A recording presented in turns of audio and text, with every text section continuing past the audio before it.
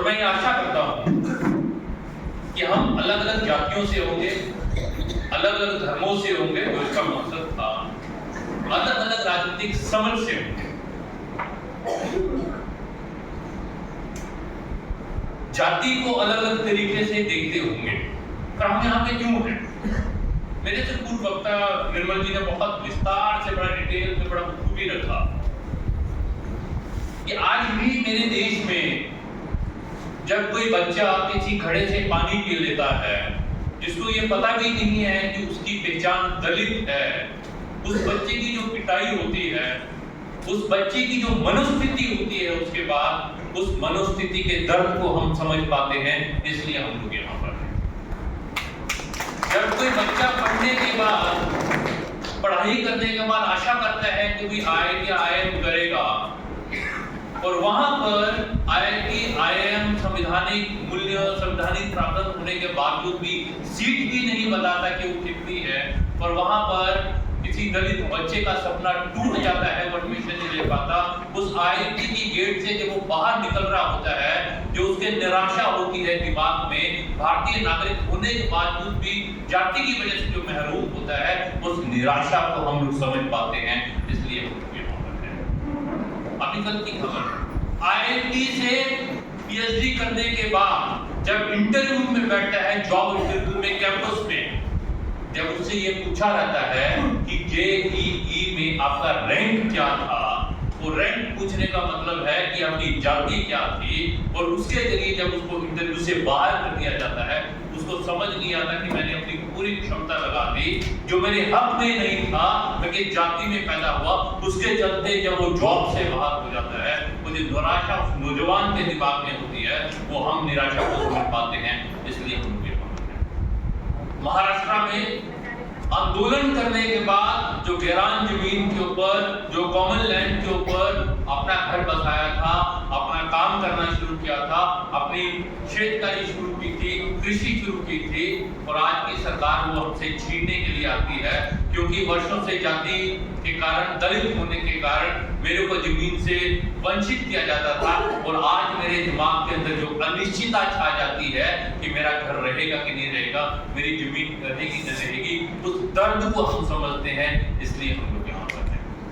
वो जो दलित महिला खेत में काम करते हुए जिसके साथ अत्याचार होती है, और उसका परिवार भी ये नहीं मानता कि उसके खिलाफ FIR करनी है, क्योंकि उसके बाद भी उसी अगड़ी जाति के खेत में काम करना है, तो आय का संसाधन और कोई नहीं है। तमाम कानून होने के बावजूद भी वो महिला जो घुटन महसूस करती है, उसको हम महसूस कर सकते हैं, उस दर्द को हम समझ सकते हैं। इसलिए हम मरने के बाद भी, अभी उड़ीसा की कल की खबर है कि शमशान के ऊपर लिखा जाता है केवल ब्राह्मणों के लिए।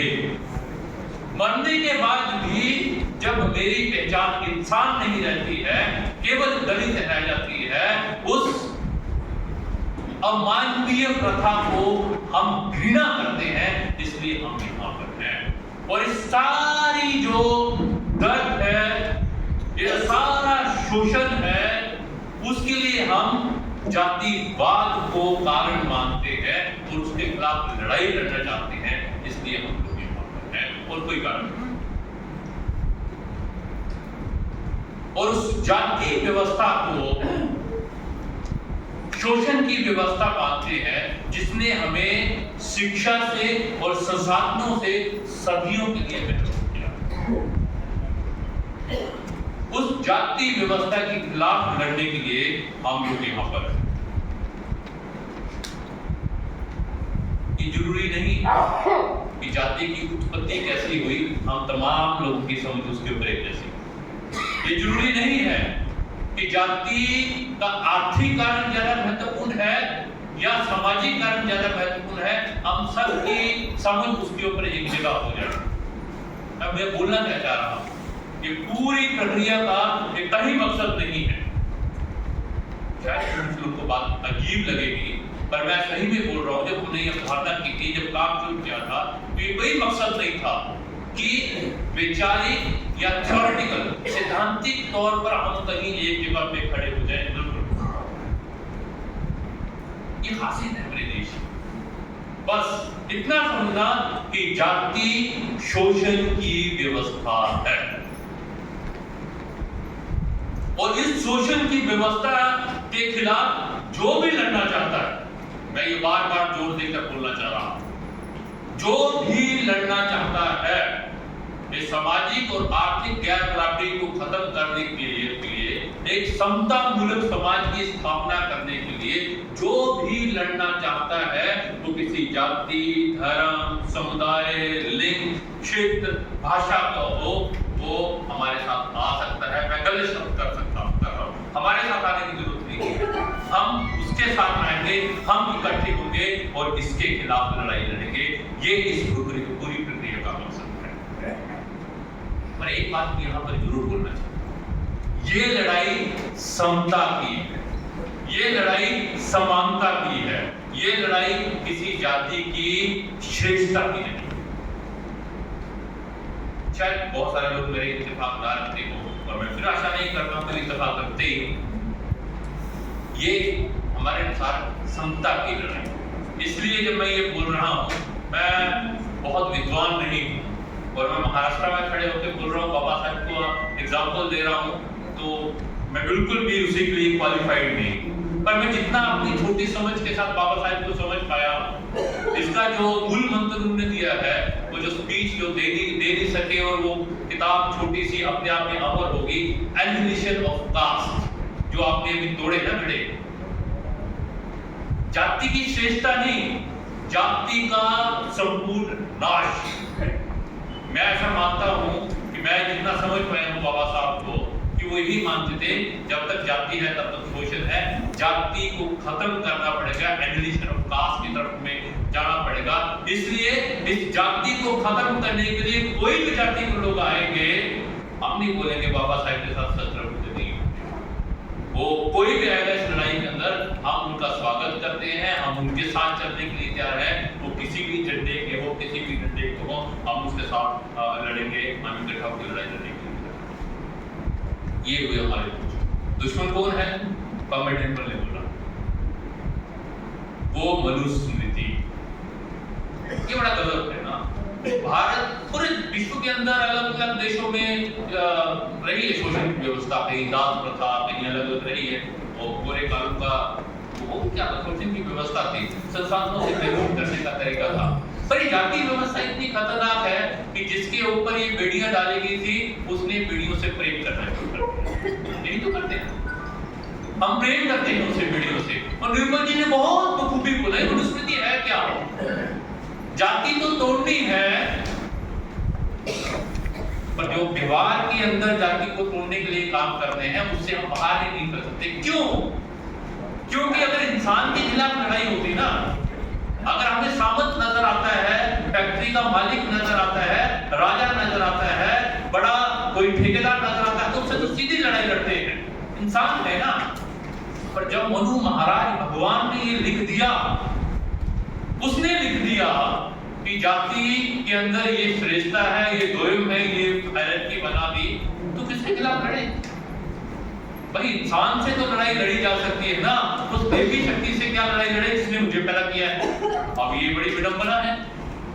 मैं तो सीधा बोलता हूँ कि विश्व का कोई भी भगवान मुझे ये बोले कि आप कम दर्जे के हो और मेरा पैदा किया हुआ कोई ब्राह्मण, कोई दूसरा आपसे श्रेष्ठ है, मैं उसको भगवान नहीं मानता, मैं साफ। और जब तक ये नहीं होगा, उस मनुस्मृति के ऊपर चोट नहीं होगी, उसको हम अपना दुश्मन नहीं मानेंगे, तब तक जाति नहीं, जाति व्यवस्था नहीं होगी, वो हमारा दुश्मन है, उसके खिलाफ हम लोगों ने काम करना है, ये समझ। और दो चीजें मैं यहाँ पर इंगित करना चाहता हूँ। जब समता समानता की लड़ाई है, तो पहली चुनौती हमारे पास अपने अंदर भी लड़ने के लिए, जो बाबा साहब भी बोलते थे, भगत सिंह भी बोलते थे, आज अनेक को विद्वान बोल के गए, हम प्रैक्टिस में भी सुनते हैं। हमें तो समानता चाहिए, वर्ण व्यवस्था से बाहर है, पर हम ये मानते हैं कि जो वर्ण व्यवस्था के चार वर्ण हैं, उनके साथ हमें समानता चाहिए। पर जाति अपनी दलितों के अंदर जो हमने श्रेणी बना रखी है, जो ऊंच नीच बना रखा है जाति के अंदर, उसको नहीं तोड़ेंगे। आप समझ पा रहे हैं क्या बोल रहा हूं? हम तो मानते हैं कि ऊंच नीच नहीं होनी चाहिए जातियों के अंदर, पर दलितों के अंदर जो हायरार्की हमने भी बना रखी है, और ये कोई छुपी हुई बात नहीं है ना। हम में से बहुत सारे लोग, हम में से मतलब मैं ये नहीं बोल रहा, मैं पूरे दलितों की बात कर रहा हूँ, उसको प्रैक्टिस करते हैं। जब अपनी बच्ची की शादी की बात आती है तो फिर अपना गोत्र देखते हैं, अपना वो हायरार्की देखते हैं कहाँ करनी है, कौन मेरे घर में आएगा नहीं आएगा, कौन मेरे से ऊंचा है कौन नीचे है। जब तक उसके ऊपर चोट नहीं करेंगे तो हम जाति व्यवस्था नहीं कर पाएंगे, उसके खिलाफ ही लड़ाई लड़नी है। दूसरा, महिलाओं को रखेंगे बंधक बनाकर, महिलाओं को रखेंगे दो एक दर्जे का, महिलाओं को रखेंगे अपने से कम। मैं इंसान होने की लड़ाई लड़ रहा हूँ, जाति से इत्र मेरी जो पहचान है इंसान होनी चाहिए, पर महिलाओं को इंसान नहीं मानूंगा, उनको बराबर का नहीं मानूंगा, तो ये लड़ाई अधूरी रह जाएगी, ये लड़ाई पूरी हो ही नहीं सकती। जो निर्मल जी बोल रहे थे वो ब्राह्मणवाद, वो सिर्फ जाति व्यवस्था नहीं है, वो जो भी हायरार्की है, जो भी शोषण की व्यवस्था है, जो गैर बराबरी पैदा करता है, वो ब्राह्मणवाद है, ब्राह्मणवाद है। इसलिए जाति भी तोड़नी है, लैंगिक भेदभाव भी तोड़ना है, अपनी जाति के अंदर भी तोड़ना है, हमें उस तरफ भी बढ़ना है, तभी ये लड़ाई समानता की लड़ाई की तरफ जा पाएंगे। ये मकसद है इस पूरे आंदोलन का। दोस्तों, अभी क्यों इसके ऊपर डॉक्टर करार भी बोले, निर्मल जी भी बोले कि अभी एक ऐसी सरकार है हमारे पास जो मनुस्मृति से संचालित होती है। ये बीजेपी की सरकार नहीं, ये आरएसएस के राजनीतिक अंग की सरकार है। वो आरएसएस जो शुद्धता के नियम के अंदर purity, the concept of purity, उसमें विश्वास करता है, उसको लागू करना चाहता है, और उस शुद्धता को बनाए रखने के लिए, अगर उसको बनाए रखना है तो बिना कास्ट सिस्टम के वो शुद्धता हो ही नहीं सकती। उदाहरण दे रहे निर्मल जी ने हल्का सा इशारा किया, आरएसएस के बड़े विचारक गोलवालकर गुजरात यूनिवर्सिटी के अंदर 68-67 के अंदर एक भाषण देने गए, उसमें वो मानते हैं, आज मोहन भागवत जी जितना भी बोले, चुनाव आते हुए डर लगता है ना, ये मेरी जमहूरियत की जीत है, ये लोकतंत्र की जीत है कि मोहन भागवत को भी आज बोलना पड़ता है। आपको पता नहीं, शायद पता कि नहीं पता है, मोहन भागवत ने पीछे मीटिंग की है आरएसएस की, और उसमें तय किया है कि पूरे देश के अंदर वो 50,000 दलित बस्तियों में जाएंगे, दलित परिवारों में जाएंगे, किन परिवारों में, जहां पर दलितों के साथ भेदभाव हुआ है। चुनाव जब हारते हैं तो बड़ा कुछ नजर आता है।